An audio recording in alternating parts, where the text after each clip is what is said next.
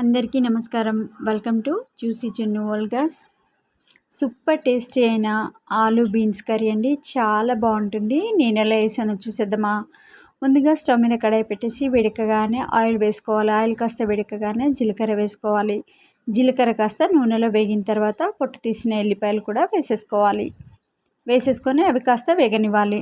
ఆ తర్వాత ఎండుమిరపకాయలు వేసుకోవాలి. ఎండుమిర్చిని కాస్త తుంచి వేసుకోవాలి. ఇప్పుడు జీలకర్ర, మెంతులు, ధనియాలు కలిపి డ్రై రోస్ట్ చేసుకొని మిక్సీ పట్టేసి ఆ పౌడర్ని వేసేసుకోవాలి. ఆ తర్వాత ఉల్లిపాయలు వేసుకోవాలి.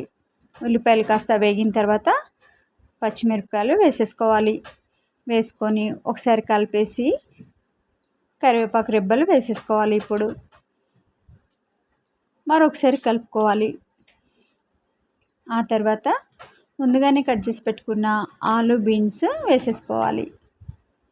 వేసేసుకొని మంచిగా కలిపేసి నూనెలో కాసేపు మగ్గనివ్వాలి. ఇలా కాసేపు మగ్గిన తర్వాత అల్లం వెల్లుల్లి పేస్ట్ వేసేసుకోవాలి.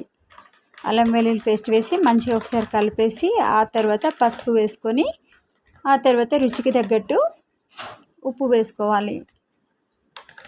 ఉప్పు వేసుకొని మంచిగా కలపాలి. ఇలా కలిపిన తర్వాత మూత పెట్టి మరి కాసేపు నూనెలో మగ్గనివ్వాలి. ఇలా మూత తీసి మగ్గినయా లేదా అని చూసేసుకొని ఇప్పుడు కారం పొడి వేసుకోవాలి. కారం పొడి వేసి ఆ తర్వాత ధనియా పౌడర్, మామూలుగా ధనియాలు వేయించి మిక్సీ పడతారు కదండి, ఆ ధనియా పౌడర్ వేసేసుకోవాలి. వేసేసి మంచిగా కలిపేసుకోవాలి. కలిపిన తర్వాత టమాటాలు వేసుకోవాలి. టమాటాలు కూడా మంచిగా కలిపేసి మూత పెట్టి ఉడకనివ్వాలి. కాసేపు ఉడికిన తర్వాత మూత తీసి చూసుకోవాలి టమాటాలు ఉడికినవా లేదా అని చూసుకొని ఆ తర్వాత కొన్ని వాటర్ పోసి మరి కాసేపు ఉడకనిచ్చి ఆ తర్వాత మూత తీసి కొంచెం ఎండు కొబ్బరి పొడి వేసేసుకోవాలి. వేసుకొని కలుపుకొని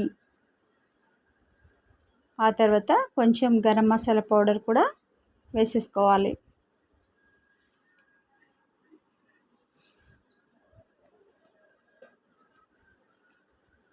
ఇలా వేసి మరొకసారి కలిపేసుకొని ఫైనల్గా కొత్తిమీర, కొంచెం కరివేపాకు వేసి ఒకసారి కలిపేసి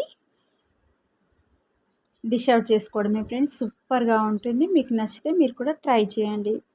ఈ వీడియో మీకు నచ్చినట్లయితే like, share, subscribe my channel. Thank you friends.